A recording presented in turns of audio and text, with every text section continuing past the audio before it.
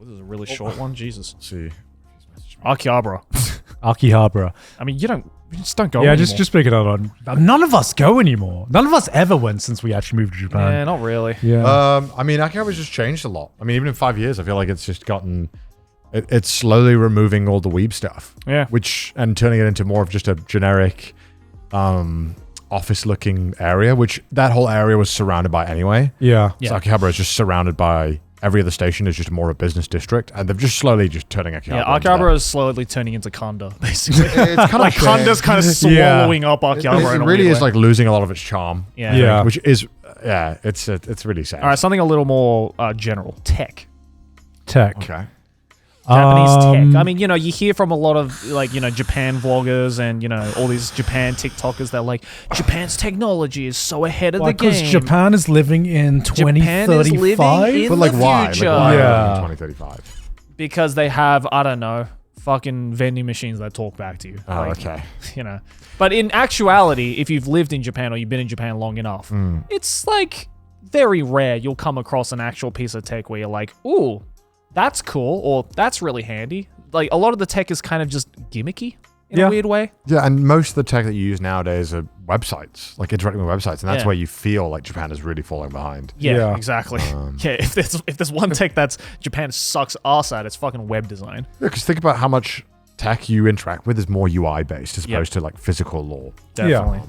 So in that place, that's where it feels like it's really falling behind.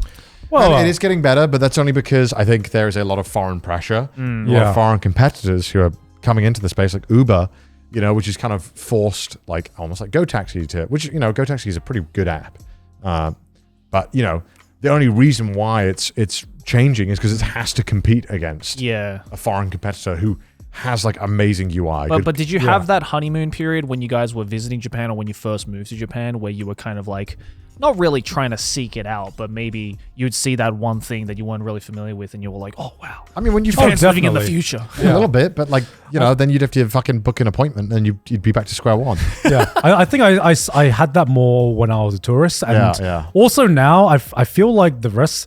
I don't know if I can point to many things in Japan being like, yo, this is so ahead of the curve in tech. You know what I mean?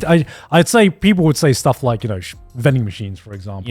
Or like the trains or something. Or like the trains. And I'm just like, is it ahead of the tech or is it just like efficient? I mean, like, and like vending machine is old tech. Vending machines are old tech. You can find, there's... People don't buy shit from vending machines in Europe. Yeah, they don't. It's just don't. It's just not part of the culture. Like the train system is obviously, still, it works, and it works really, really fucking well. And apparently that's enough to be living in 2035. Yeah. Because, compare that to like the fucking tube, which is archaic, and has only like one new line in the past 10, 20 years or whatever. But aside from that, I remember the only thing that like blew my mind the first time I moved here. It was such a small thing. I was like, yo, what? You could order sushi on a tablet and then they have a conveyor belt to like bring it to you? Yo, Japan's living in the future, man. They have two lanes. They have like the top lane, which is like, they have the bottom lane, which is like kind of, the classic revolving sushi. Yeah. And then they have the top lane, which is the bullet train sushi. That shit gets delivered to you. Yeah, exactly. And it's like, I remember the first time I saw that, I was like, yo, we're living in the future. But I mean, it got old really quickly. Yeah, but like now, it's just like, damn, I actually think Japan is behind in a lot of places. I agree. It's kind of just catching up. Yeah. Like, I think the one thing I really liked about, the Japanese technology and culture was that it really, as an introvert, it was really helpful in terms of going to places and just not having to interact with people. You'd go to a restaurant and you could order off a tablet or press a button or do something else. And now COVID has just equalized all that shit, because you go to the UK, you go to Nando's, you can order it all on your QR code now. Yep. So that problem has now been solved in the Western world. Yeah. I guess in that aspect, countries like Japan were kind of ahead of the curve when it came to things like QR codes. Yeah. But now it's like pretty fucking common everywhere. Yeah. Like I remember there was a point where everyone hated QR codes. They were like, what the fuck is this? No one's going to use this shit. And now everyone uses it. Yeah. Yeah. And so I'm fucking excited when I see, holy shit, this place has now got contactless payment. No fucking way. No way. Japan is finally catching up to the future, man. Yeah, Japan has only recently started really like rolling out contactless. Yeah. And even then, I think the limit is still pretty low. Well, I guess it was in the UK when it was rolling out too. Yeah. Yeah, it does feel like Japan is still behind and will continue to be behind, is the sentiment. I think so. Until, some major shakeup. Yeah, so, bottom line is, like, don't get fooled by all these, like, fucking TikToks that are like, Japan's living in the future, because it's not. Like, and most of those things that you see, like, Japan's living in the future, it's just like extra service. Yeah. Like, it's like people doing things. That's what I mean. It's gimmicky. Yeah. It's like, and they it is great service. And that's one thing you cannot fault Japan is the service. Japan's living in the future. Service is phenomenal. Yeah, Japan's living in the future. They have a robot restaurant now. I'm like, okay, that's not going to change the way I fucking live day to day, though. I'd say the only thing Japan is living in the future is just it's like infrastructure. Things just work here. Yeah. Things work very well and very consistently. Yeah. And that's it. The public transport tech is probably the only thing. Yeah. I would say everything else they're just like life here is just convenient. You'll never be too far away from a konbini, fucking vending machine. You'll have your needs catered to in some way, shape, or form, and it's very convenient to get. And I think that is, outside of any gimmicky technology, that is the thing that fucking sets Japan apart from everywhere else. Facts. It just works. Facts and logic. Yes. Facts and logic, indeed. All right. What's next? Music. I have no opinions on this. Huh? I have no opinions on this. I have opinions on this. Go on. Every fucking underground artist or band I used to listen to when I moved to Japan is now doing anime openings for the biggest fucking anime of all time, and I'm just not special anymore. I'm just another one in the crowd now. What do you mean? I will say, like, I did notice that, like, I don't know how to say it, but like, used to be like whenever you'd hear those like top 10 playlists, they'd always like scan through and like the trains, whatever. Yeah.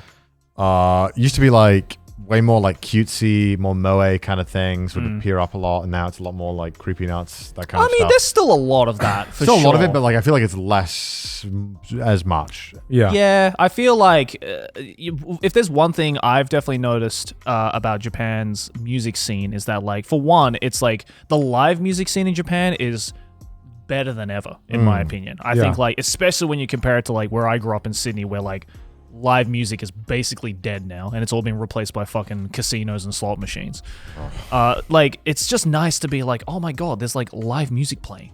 Finally. Yeah. You know, even if it's like somewhere small, and like There's so many like small and mid-sized venues in Japan. Yeah, which I think and really there's like a lot of helps. like underground jazz bars, and like, you know, even some like pub like places sometimes are playing a live band, and like, you know, every other artist overseas is like coming to Japan to play like one show for the year. Yeah. And that's always nice, but like, yeah, no, I've I've definitely noticed that with like especially anime openings now. Look, I'm just gonna. It's either Yoasobi, No. Creepy Nuts. I was gonna say, when I moved to Japan, I'd be like, yo, I love this band. I love these artists like Yoasobi, Eve as well. Yeah. Eve. Well, Japan, they do that thing. What's that, like the Buzz Lightyear meme where he's like, I'm done with you now. Japan does that for a year. Yeah. I remember when like Man with a Mission was like everywhere. Yeah. And then I haven't fucking Or like One Ok Rock. Yeah. Like they were around everywhere, and now you just don't hear about them anymore because like, oh, there's Yoasobi and Creepy Nuts now. This is the new toy to play with. Well, I feel like it's just gotten to a new level of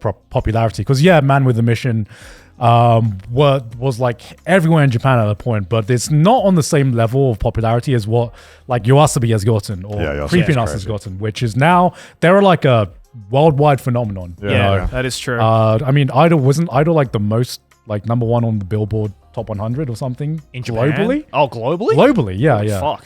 Can you search this up? Yeah. I know. I think definitely in Japan it was. Japan was definitely. number one, but I don't think globally it was like number Idol. one. I mean, it was big even overseas. Top from what I 100 remember. globally. Oh yeah, tops. Wait, hold on, go up. Yeah, go up. 42 Tops and Bill 19. global exclusive US chart. So excluding the US chart, Idol. Excluding US. Yeah, excluding the US, Actually, Idol. I think including US it was like 42, and which is still great. Which is insane. Yeah, it was number one globally, of course, not including the US charts, which Fucking hell. which you know, is massiff. Yeah. Considering considering That's the popularity that of was anime before. completely like unfathomable. 5 years ago, Yeah, or yeah. even 10 years ago. Like a Japanese band that did a fucking anime opening is like now in the top Billboard charts. Yeah, I've definitely noticed that there's a lot more Japanese music now because of things like anime and gaming that have just kind of superseded the anime community now. And just regular non-anime fans are like, hey, this like Japanese band? Like it's like people in the West are discovering that Japan makes music all of a sudden. Yo, it's like the fucking what's the opening to Zero Experience Lane? Duvet. Duvet. Like now That's a like, TikTok song. No, now. that's it. It's a TikTok song couldn't now. fucking believe that I shit. was like, Really? wait. Yeah. A lot of people, It's an like, incredibly popular song to play on TikTok. Yeah. It became like a meme. It became a meme, and then I was talking to my nephew, and he was like, "Oh, I know that song. That's that TikTok song." And I'm like, I'm happy you know it, but As an SEL fan, it made me want to kill myself. I was like, no. I'm like, you was. I'll take it. You know, A win's a win. A win's a win. But it's so weird because now that is more known as a TikTok song than the banger so Serial sad. Experience Lane song. Better someone know it than not, right? Yeah, exactly. True. Okay, spring season. But there is a part of me, there's the hipster side of me that's like, don't you fucking say this name in vain. You don't know anything about this song. You weren't there.